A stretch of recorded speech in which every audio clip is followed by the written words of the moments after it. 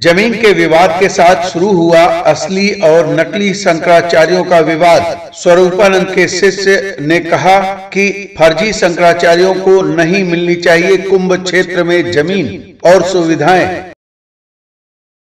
कि 4 ही शंकराचार्य होते हैं और इस तरह से उन्होंने वहाँ पर हम लोग ये भी चाहते थे कि रहे थे ये शांति और हमको ये करके यहाँ के पदाधिकारी जी से मिले और कुछ और लगभग थे और अगर उन चारों लोग एक साथ चारों पीठों और फिर समय बीतता रहा जाए कोई क्वेरी हो तो आप सामान्य कार्य की तरह से देखते होंगे।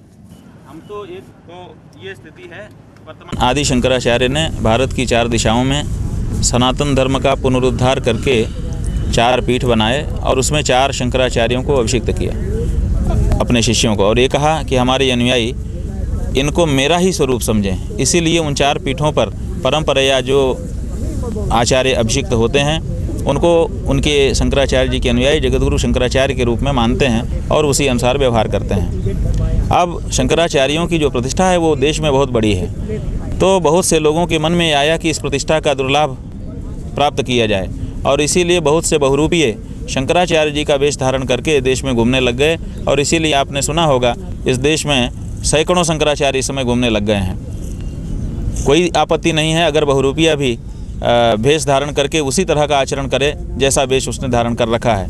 लेकिन बड़ी समस्या तो तब हो गई जब हम लोगों ने देखा कि शंकराचार्य रूप धारण करके ये बहुरूपीय अनेक गलत कामों में संलग्न पाए जा रहे हैं। आपने देखा कि एक शंकराचार्य जो घूम रहा था शंकराचार्य बन के, वो मालेगांव के ब्लास्ट में फंसा है हुआ और अब इस समय उसके ऊपर आरोप सिद्ध हो रहे हैं और कार्यवाही चल रही है। आपने YouTube में देखा होगा कि एक शंकराचार्य हैं, वो मुसलमानों के बीच में बैठ करके ये भाषण दे रहे हैं कि इस्लाम सबसे श्रेष्ठ धर्म है और मैं तो कहता हूं कि हर हिंदू को घर में कुरान रखनी चाहिए। हम इस्लाम कम है ज़्यादा है इस बारे में नहीं बोल रहे हैं, लेकिन शंकराचार्य का वेश धारण करके जब कोई व्यक्ति ये कहता है तो वो इस्लाम की प्रशंसा कर रहा है या सनातन धर्म की निंदा कर रहा है, ये बात समझने की योग्य हो जाती है।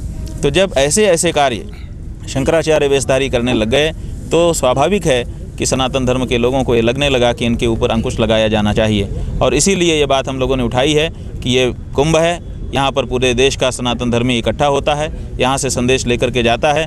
उसके सामने जो सच्चे गुरु हैं उनकी मूर्त आनी चाहिए, बहुरूपियों की मूर्त शंकराचार्य के रूप में नहीं आनी चाहिए। क्योंकि बहुरूपिया जब आएगा तो जैसे रावण सन्यासी का वेश धारण करके आया था, लेकिन सन्यासी के द्वारा उचित जो आचरण है वो उसका नहीं था, उसने सीता माता का हरण कर लिया। इसलिए हम तो देश की जनता से भी ये कहना चाहेंगे कि हे देश की जनता, तुम माता सीता की तरह भोले भाले मत बनो, तुम हनुमान जी की तरह बनो।